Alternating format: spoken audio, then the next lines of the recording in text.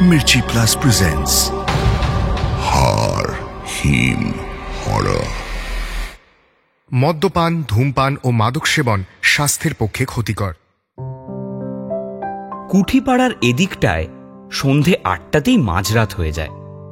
গোবরডাঙ্গা পৌরসভার একেবারে শেষ মাথা, সামনেই রত্নাখাল ব্রিজ। আমার বাড়ি ব্রিজের ঠিক আগে বাঁদিকে। তখন আমি কলকাতায় থাকি, যাদবপুর ইউনিভার্সিটিতে পড়ি। ৯ মাসে ৬ মাসে একবার বাড়ি যাই। মন্তুদার পান বিড়ির দোকান ওই রত্নাখাল পেরিয়ে আরও প্রায় কিলোমিটার খানেক সামনে। বাড়িতে যে কদিন থাকতাম তখন তো আর পাড়ার দোকান থেকে সিগারেট নেওয়া যায় না। চেনা পরিচিত কাকু জেঠুর দল পাড়ার দোকানগুলোতে হত্যে দিয়ে পড়ে থাকে। ফলে সিগারেট কিনতে মন্তুদার দোকানেই যেতাম। আরও একটা কারণ ছিল ওই দিকটায় যাওয়ার। মন্তুদা দোকানের ঝাঁপ ফেলত রাত ১১টার দিকে।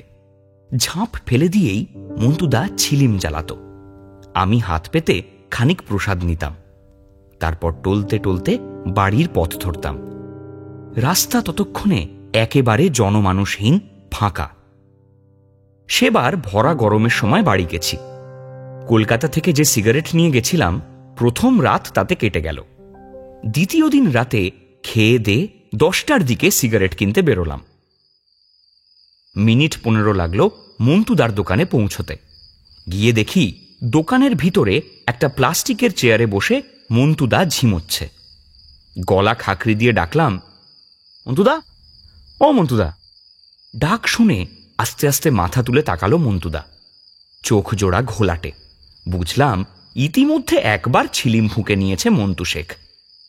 দুটো হাই তুলে আড়মোড়া ভেঙে মন্তুদা বলল, আয়, তোর জন্যই বসেছিলাম, নয়তো আজ ঘণ্টাখানেক আগেই চলে যেতাম।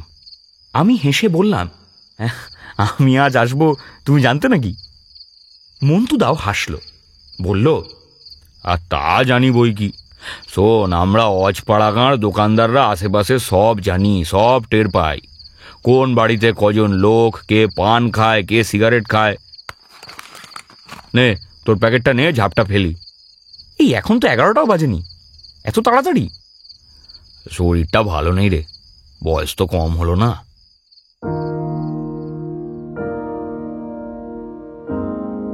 পরদিন বিকেলে আমার স্কুলের বন্ধু সৌজিতের সঙ্গে দেখা হলো। দুজনে খানিক ঘোরাফেরা করে পাওয়ার হাউসের সামনের বাগানে ঢুকলাম সিগারেট ফোঁকার জন্য। এ কথায় সে কথায় ওকে মন্তুদার কথা বললাম। সৌজিতের বাড়ি সরকার পাড়ায়। ও বলল, দাও ভালো, তোর মন্তুদা আছে।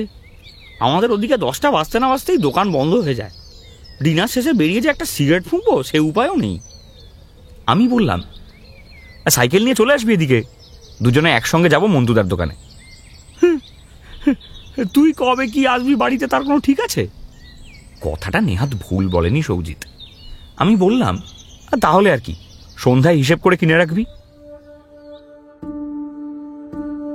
সে রাতে ডিনার সারতে একটু দেরি হয়ে গেছিল। 10:30টার দিকে খেয়ে দ্রুত পা চালালাম মন্তুদার দোকানে। আগের দিন তাড়াতাড়ি দোকান বন্ধ করে দিয়েছিল মন্তুদা, আজও যদি করে ফেলে। কাছে একটাও সিগারেট নেই। 10:50 নাগাদ দোকানে পৌঁছে দেখি সবে ছিলিমে আগুন দিয়েছে মন্তুদা। আমায় দেখে হেসে বলল, এই তানবি, আগে সিগারেট দাও তারপর। আর ঠিক তখনই ফোন বেজে উঠল আমার। সৌজিত কল করেছে। সিগারেটের প্যাকেট নিয়ে একটা সিগারেট বের করে সেটা জ্বালিয়ে দোকানের বাইরে এসে কলটা রিসিভ করলাম। স্পষ্ট উত্তেজিত স্বরে সৌজিত বলল, এই তুই কোন মন্তুদার কথা বলছিলি বলতো? গয়েশপুর মোড়ে? হ্যাঁ, কেন? মাসখানেক আগে ওই মন্তুদা মারা গেছে, দোকানটাও তো এখন নেই। একটু আগে রাস্তায় অমিতের সঙ্গে দেখা হলো, ও বলল ও নিজে ওই দোকানে সিগারেট কিনতে যেত মাঝে মধ্যে। সৌজিতের কথা শুনে ভয় পাওয়ার বদলে চমকে উঠলাম আমি। দ্রুত ঘাড় ঘুরিয়ে পিছনে তাকিয়ে দেখলাম, এই একটু আগেও যেখানে একটা একচালা দোকান ঘর দাঁড়িয়েছিল, এডিসনের হলদে আলো ঠিকরে বেরোচ্ছিল যার গর্ভ থেকে, সেখানে এখন খাঁ খাঁ করছে এক রাশ শূন্যতা। মন্তুদারও কোনো চিহ্ন কোথাও নেই। ফোনের ওপাশে সৌজিত তখনও বলে চলেছে, ভাই তুই কিন্তু আজ ওই দোকানে যাস না, ব্যাপারটা আমার একদম ভালো লাগছে না। এই হ্যালো, এই শুনছিস তো? এই হাড় হিম হরর আপনারা শুনতে পারেন এক্সক্লুসিভলি মির্চি বাংলার ইউটিউব চ্যানেল এবং গানা অ্যাপে।